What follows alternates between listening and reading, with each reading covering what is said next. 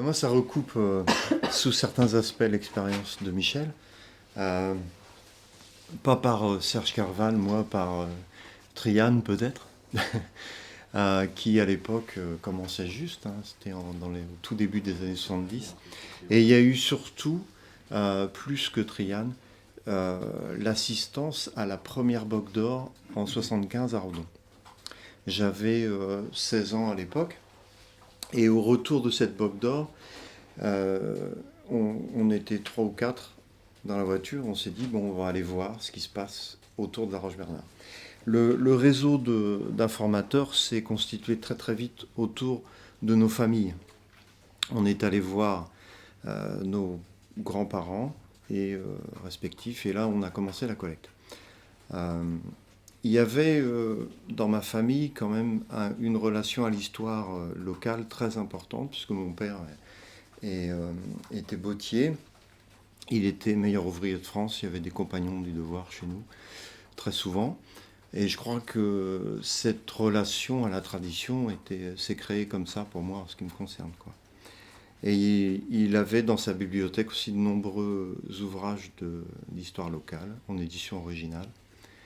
Et je crois que cet univers-là a fait que je suis très vite, j'ai été très très sensible à, au départ donc à la chanson traditionnelle. Après, le, j'étais instituteur à l'époque, je me suis acheté dans mes premières payes une partie de l'édition du manuel du folklore contemporain de Van Gennep. Et ça, je crois que ça a été une découverte aussi pour moi. Et j'ai progressivement arrêté ou collecté, disons, moins systématiquement les chansons.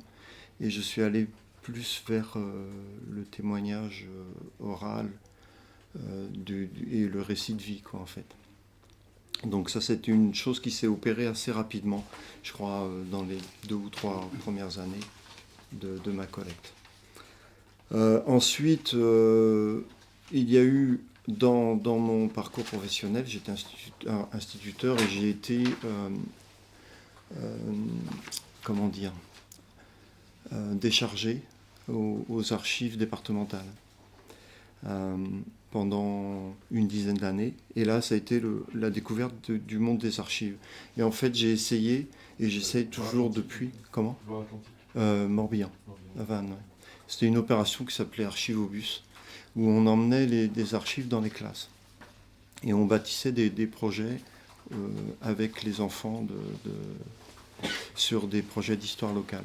Et en fait, cette relation, j'ai essayé par la suite de faire des relations entre les archives et la collecte orale, ce qui est assez intéressant, je trouve. Dans le même temps, il y a eu une création de musée local aussi, auquel j'ai participé. Alors là, ça a été plus une collecte d'objets, euh, surtout centrée autour du vêtement que du costume. Et donc ma collecte a pris des directions très très différentes au cours de ces années.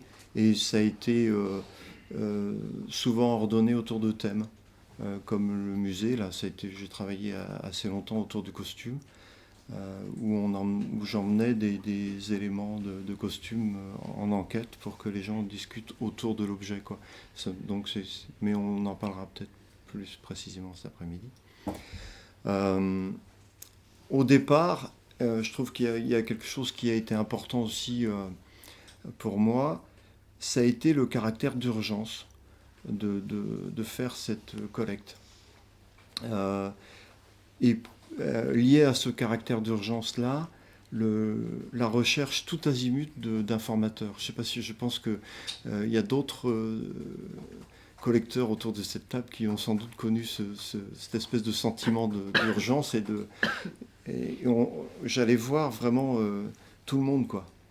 Et j'avais un carnet dans lequel je mettais des noms à la file, quoi, de personnes à aller voir d'urgence, parce que j'avais cette espèce de sentiment que tout allait partir, quoi, et que j'aurais jamais fait le tour avant